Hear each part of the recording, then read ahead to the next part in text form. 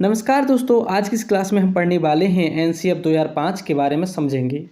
यह जो टॉपिक है दोस्तों, यदि आपने सीटेट के प्रीवियस ईयर के जो एग्ज़ाम हुए हैं उनमें किसी भी प्रश्न पत्र को आपने पढ़ा है तो आपने समझा होगा कि नेशनल करिकुलम फ्रेमवर्क 2005 से कई कई प्रश्न पूछे गए हैं। प्रत्येक प्रश्न में दोस्तों इस टॉपिक से प्रश्न पूछा जाता है, चाहे कोई भी प्रश्न पत्र क्यों ना हो। सीटेट की प्रत्येक परीक्षा में यहाँ से प्रश्न पूछा ही जाता है, बल्कि एक एक प्रश्न पत्र में कई कई प्रश्न पूछ लिए जाते हैं। सुपर टेट की जो एग्ज़ाम हुए हैं उनमें भी यहाँ से अधिकतम प्रश्न पूछे गए हैं। और यह जो टॉपिक है दोस्तों, आपके लिए हम डिटेल्स में पढ़ाएंगे, क्योंकि यहाँ से यदि आप एक बार इसकी थ्योरी पढ़ लेंगे, इसको डिटेल में पढ़ लेंगे, तो यहाँ से जितने भी प्रश्न बन सकते हैं लगभग सभी को आप जो है सॉल्व कर सकते हैं। तो इसलिए हम इसको पहले डिटेल में पढ़ेंगे और सबसे पहले समझेंगे कि नेशनल करिकुलम फ्रेमवर्क जो है ये क्या कहता है, इसकी गाइडलाइन क्या है, क्योंकि इससे सीटेट की प्रत्येक परीक्षा में प्रश्न पूछे ही जाते हैं। तो दोस्तों, यदि आपने हमारे चैनल को सब्सक्राइब नहीं किया है तो पहले सब्सक्राइब ज़रूर कर लें, क्योंकि इसी तरह की जो क्लासें आपके लिए पढ़ाई जाएंगी। और थोड़ा सा हमें सपोर्ट करते रहें और हम क्लास को शुरू करते हैं।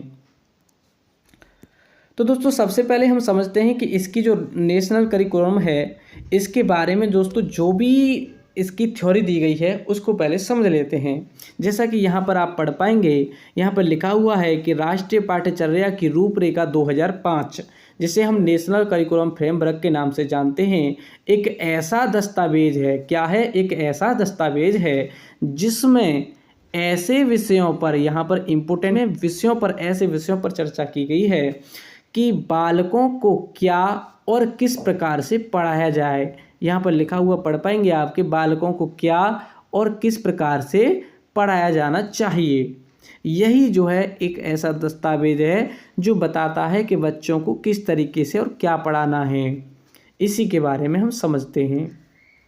राष्ट्रीय पाठ्यचर्या की रूपरेखा 2005 की उत्पत्ति, ये बहुत बार परीक्षा में पूछा गया है कि इसकी उत्पत्ति किसके द्वारा हुई है। यहाँ से बहुत बार प्रश्न जो है पूछा गया है। तो रविंद्रनाथ टैगोर के सभ्यता और प्रगति, क्या है? सभ्यता और प्रगति नामक निबंध से हुई है। कभी कभी ये जो सभ्यता और प्रगति नामक निबंध है इसी को देता है और पूछता है यह किसके द्वारा उत्पादित किया गया है, तो रविंद्रनाथ टैगोर ने दिया है। लेकिन कभी कभी पूछता है कि ये जो एनसीएफ है, यानी राष्ट्रीय पाठ्यचर्या है 2005, इसकी जो है किसने उत्पत्ति की, तो नेशनल करिकुलम फ्रेमवर्क 2005 की जो उत्पत्ति है रविंद्रनाथ टैगोर के सभ्यता और प्रगति नामक निबंध से हुई है और रविंद्रनाथ टैगोर के द्वारा तो की गई है। आगे हम समझते हैं कि पाठ्यचर्या की रूपरेखा 2005 के अनुसार यहाँ पर अब नियम समझाया गया है कि किस तरीके से यह किस पर केंद्रित होनी है। तो 2005 के अनुसार स्कूली शिक्षा पाठ्य पुस्तक केंद्रित ना होकर, ये आप जानते ही होंगे कि क्या है, स्कूली शिक्षा पाठ्य पुस्तक केंद्रित ना होकर बाल केंद्रित होनी चाहिए। कैसी होनी चाहिए? बाल केंद्रित होनी चाहिए।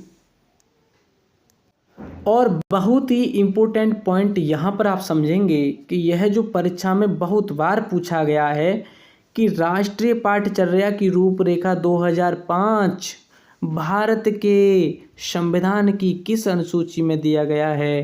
तो यहाँ पर पढ़ेंगे कि राष्ट्रीय पाठ्यचर्या की रूपरेखा 2005 का अनुवाद संविधान की 8वीं अनुसूची में दिया गया है। क्या किया गया है? भाषाओं में भी किया गया है। इसका उल्लेख मिलता है 8वीं अनुसूची में, इसका अनुवाद मिलता है। आप याद रखेंगे 8वीं अनुसूची में इसका जो है उल्लेख है। आगे हम समझेंगे कि ये भी जो कई बार प्रश्न पूछा गया है कि ये तो अक्सर पूछा ही जाता है कि एनसीएफ को किसकी अध्यक्षता में तैयार किया गया था। तो यहाँ पर इसके अध्यक्ष कौन है? तो प्रोफेसर यशपाल इसकी जो है अध्यक्षता में शामिल हुए थे, तो यही इसके अध्यक्ष हैं। क्या नाम है उनका? उनका नाम है प्रोफेसर यशपाल। आप इन पॉइंट को आप ध्यान में रखेंगे, यहाँ पर आप नोट कर लेंगे। यदि दोस्तों आपने हमारे इस चैनल को सब्सक्राइब नहीं किया है तो प्लीज़ सब्सक्राइब ज़रूर कर लें, क्योंकि आपके लिए जो क्लास पढ़ाई जाएंगी वह डिटेल्स में ही पढ़ाई जाएंगी, अधिकतम क्लासें आपको डिटेल्स में ही पढ़ाई जाएंगी। तो चलिए आगे हम समझते हैं। यहाँ पर आप समझेंगे कि अभी हमने समझा कि इसके अध्यक्ष कौन हैं, प्रोफेसर यशपाल हैं। अब हम आगे समझते हैं कि राष्ट्रीय पाठचर्या की रूपरेखा 2005 के मार्गदर्शी सिद्धांत कौन कौन से हैं, यानी ये किन सिद्धांत पर कार्य करता है, या ये जो तैयार किया गया एक दस्तावेज है इसके मूल सिद्धांत क्या हैं, इसके बारे में समझ लेते हैं। और यही बहुत इम्पोर्टेंट हैं। चलिए हम समझते हैं क्या है। ये जो पॉइंट हैं आप जानते भी होंगे, लेकिन इनको रिवीजन करते हुए थोड़ा सा बढ़ते जाएंगे। जैसे आपको सबसे पहले पता होगा कि जो भी हम बच्चों को सिखाएंगे क्या है, ज्ञान को स्कूल से बाहरी जीवन से जोड़ा जाए। यह पेडागोजी में भी दोस्तों प्रश्न पूछा जाता है, आपको इसे ध्यान में रखना है। इसका मतलब क्या हुआ कि बच्चे को केवल जो भी शिक्षा या अधिगम कराया जा रहा है, बच्चे को जो भी ज्ञान सिखाया जा रहा है, तो उसको ऐसा उसको समझाया जाए ताकि वह अपने व्यवहारिक जीवन में उसका प्रयोग कर सके। इसी के बारे में यह कहता है। सबसे पहला पॉइंट था इसका। अगला है कि पढ़ाई को रटंत प्रणाली से मुक्त किया जाए, यानी किसी भी छात्र को पढ़ाएं आप, जब भी कोई अधिगम प्रक्रिया हो रही है तो वहाँ पर किसी भी छात्र को पढ़ाते समय इस बात का ध्यान रखें कि उसको इस तरीके से समझाया जाए ताकि वह अपने द्वारा चिंतन करके उसको समझ सके, ना कि उसे रटे। तो इसी बात को यहाँ पर इसमें कहा गया है कि पढ़ाई को रटंत प्रणाली से मुक्त किया जाए। अब हम आगे बढ़ते हैं और समझते हैं। अगला पॉइंट है कि पाठ्यचर्या पाठ्य पुस्तक केंद्रित ना हो। ये भी बहुत इम्पोर्टेंट पॉइंट है।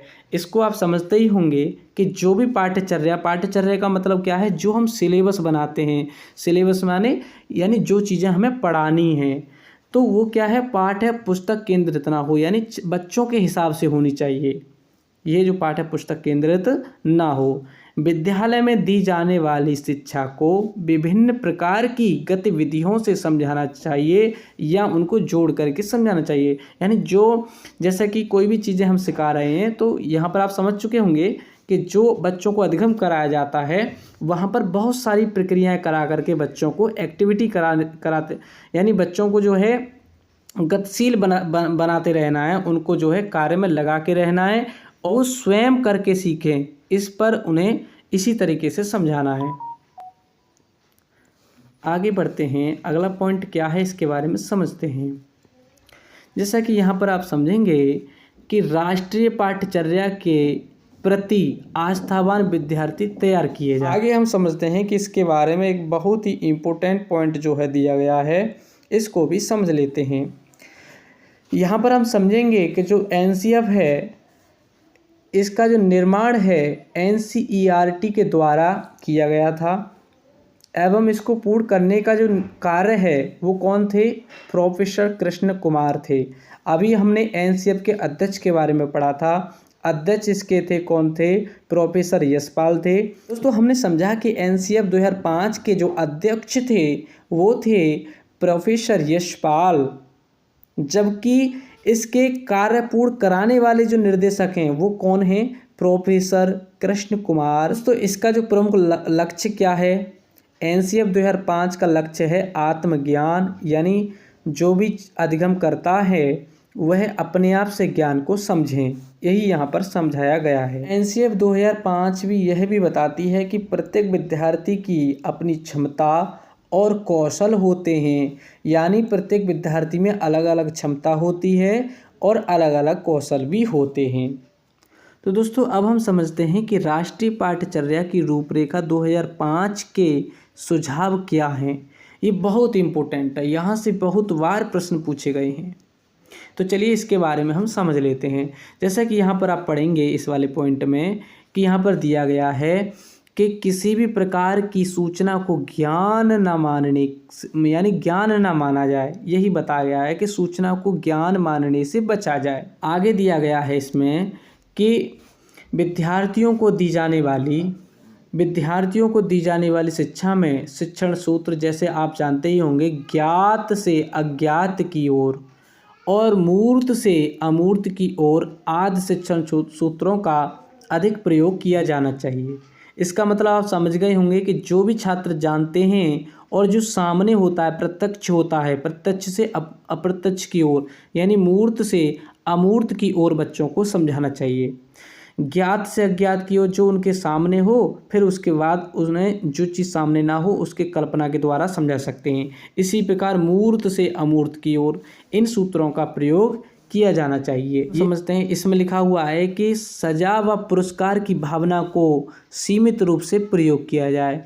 कोई भी बच्चों को अधिक सजा ना दी जाए और ना ही किसी भी बच्चे को अधिक पुरस्कृत किया जाए, क्योंकि जो अन्य विद्यार्थी हैं वह हीन भावना से ग्रसित हो सकते हैं थोड़े से, और यदि ज़्यादा दंड देंगे तो भी वह परेशान हो सकते हैं। इसलिए सभी छात्र जो हैं उत्साह से पढ़ाई करें, यानी उत्साह के साथ रहें, और इसीलिए सजा व पुरस्कार की भावना को सीमित रूप से प्रयोग किया जाना चाहिए।